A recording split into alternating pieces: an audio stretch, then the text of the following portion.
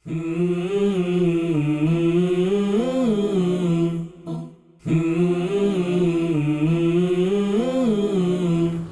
मज़ेदार है। Yeah, the tea is fantastic. T is fantastic. आया बड़ा तू अभिनंदन। ओ हाँ, अभिनंदन। वो वाक़या भी फरवरी में ही हुआ था, लेकिन उस दिन असल में हुआ क्या था? अच्छा ऐसा है कि अगर उस वाक़े के बारे में जानना है ना तो मेरे एक टीचर फाइटर पायलट रिटायर्ड हैं, तो ये वाक़या क्यों ना उनसे चल के सुने। वाकई? हाँ वाकई। The idea is fantastic. ठीक है, मैंने फ़ोन करके टाइम लेता हूँ।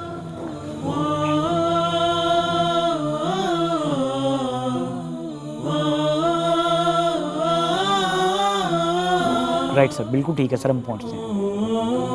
होगी बात, चलते हैं, चाय पी के चलते हैं।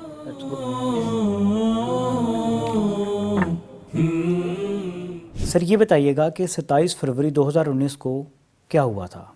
ये हुआ ये था कि 27 फरवरी से कुछ दिन पहले हिंदुस्तान ने एक पुलवामा में एक ड्रामा किया था, जो अब डिस्कवर हो गया है कि अपने फ़ौजियों को उन्होंने मरवाया, कुछ 40 उनके फ़ौजी जान से गए, और उसको बेस या बुनियाद बनाकर हिंदुस्तान ने 26 फरवरी को अलग सुबह कोई 3 बजे के करीब पाकिस्तान को अपनी नज़र में सबक सिखाने के लिए पाकिस्तान के अंदर एक मदाखलत की, और एक जगह से नहीं 3 से 4 जगह उन्होंने पाकिस्तान के अंदर पेनिट्रेट करने की कोशिश की ताकि हमारी एयरफोर्स को कन्फ्यूजन जहन में पैदा हो सकते। इस दौरान पाकिस्तान एयरफोर्स का रिस्पांस 26 तारीख को, क्योंकि वो इतनी कम बॉर्डर की वायलेशन उन्होंने की थी, तकरीबन 3 किलोमीटर, और वहाँ से अपने बॉम्ब मार के पाकिस्तान की हदूद से बाहर निकल गए, तो जब तक पाकिस्तान एयरफोर्स पहुँची उनके जहाज़ वापस जा चुके थे। हिंदुस्तान ने ये कहा कि हमने पाकिस्तान को सबक सिखा दिया है, तो पाकिस्तान एयरफोर्स ने और हुकूमत पाकिस्तान ने उसी दिन ऐलान किया, और इससे पहले हमारे वज़ीर-ए-आज़म भी ऐलान कर चुके थे कि अगर हमारे ऊपर हमला किया गया तो हम हमले का सोचेंगे नहीं, हमले का जवाब देंगे। पाकिस्तान रिटेलिएट करने का सोचेगा नहीं, पाकिस्तान रिटेलिएट करेगा। उसी शाम को फ़ौज पाकिस्तान की तरफ से बयान दिया गया कि हमारी बारी का इंतज़ार करें। अब We will surprise you. Wait for that surprise. Our response will be different. See it for yourself. The response will come. And response will come differently.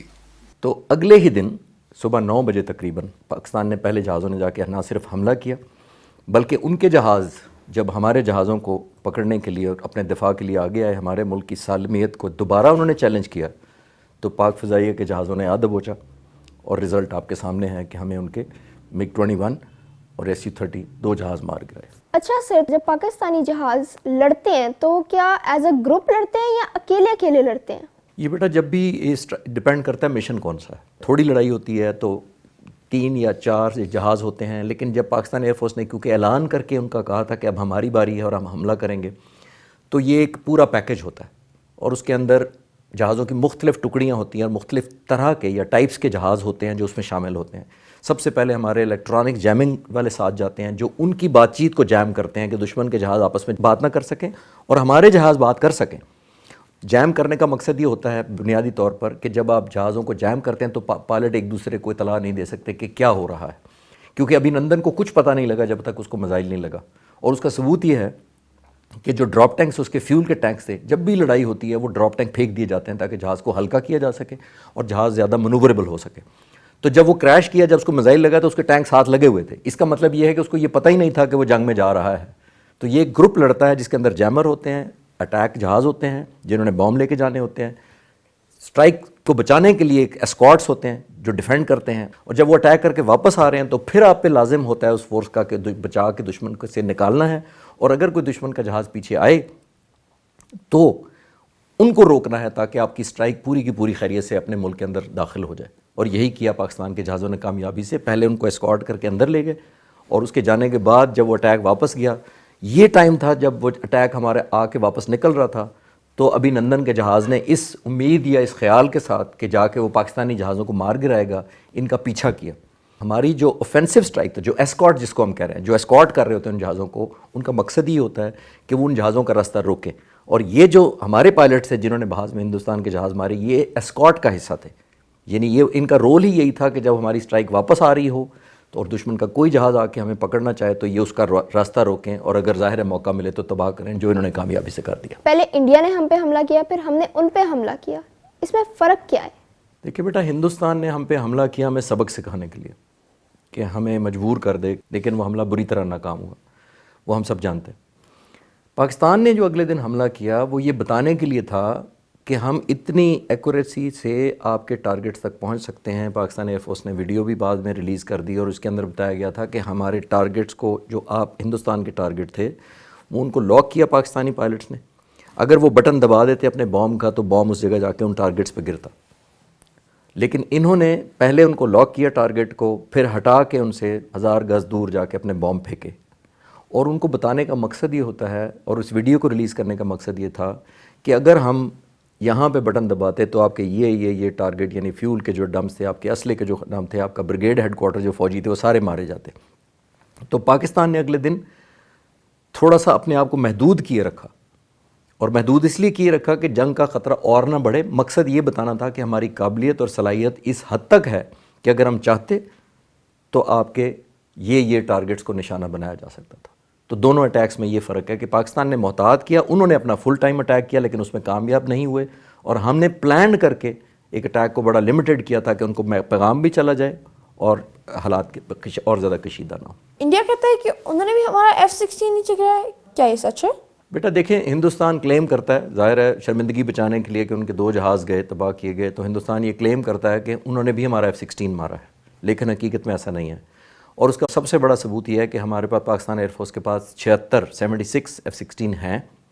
Americans نے، امریکن ایئر فورس کے جو یہاں پہ ہمارے پاس ٹیکنیکل ایڈوائزرز ہیں، انہوں نے خود کاؤنٹ کیے، اور امریکن گورنمنٹ نے خود سرٹیفائی کیا کہ ان کے 76 جہاز سالم اور صحیح پاکستان ایئر فورس کے پاس موجود ہیں۔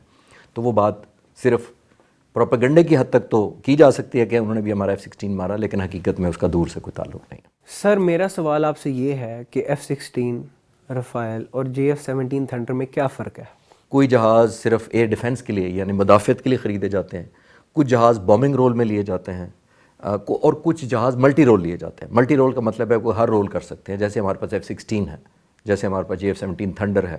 یہ ایسے جہاز ہیں جن کو ملٹی ٹاسکنگ کی جا سکتی ہے، کہ یعنی مختلف قسم کے یہ کام بیک وقت ایک ہی جنگ میں ہوتے ہوئے کچھ جہازوں کو انہی طرح کے F-16 کو آپ اسٹرائک بھی بھیج سکتے ہیں، F-16 کو اسکارٹ بھی بھیج سکتے ہیں، F-16 کو ایڈوانس بھی بھیج سکتے ہیں کہ وہ آگے جا کے رستہ کلیئر کریں، جس کو ہم کہتے ہیں کہ کوریڈور یا ایک رستہ کلیئر کرنا ہے جس میں اٹیک آ رہا ہے، تاکہ دشمن کی مدافعت وہاں نہ ہو۔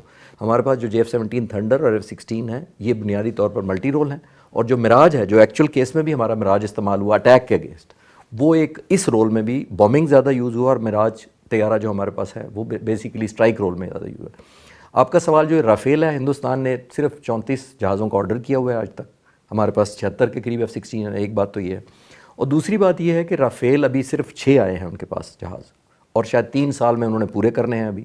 ایک بات تو یہ ہے، اور ایک چیز نہ بھولیے گا، وہ بڑی ضروری چیز ہے کہ F-16 ہمارے پائلٹس کو اڑاتے ہوئے 38 سال ہو چکے ہیں۔ آپ اس کی ٹریننگ، اس کی اسکل ڈیولپمنٹ اور اس کا لیول اور ہماری کمپٹنسی یا ان پہ تجربہ کہیں آگے ہے ہندوستان کے ایسے جہاز کو ہمارے اڑانے میں۔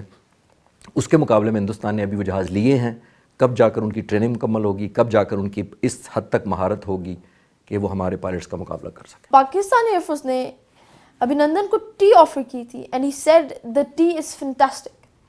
Is the tea fantastic in air force? دیکھیں، ایئر فورس کی جو ویلکم ہوتا ہے وہ 2 طرح کا ہوتا ہے۔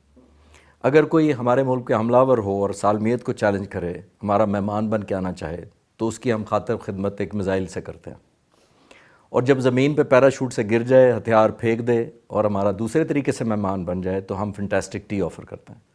تو ہوا میں ہماری میزبانی اور طرح کی ہوتی ہے، زمین پہ میزبانی اور طرح کی ہوتی ہے۔ The tea is fantastic. Thank you.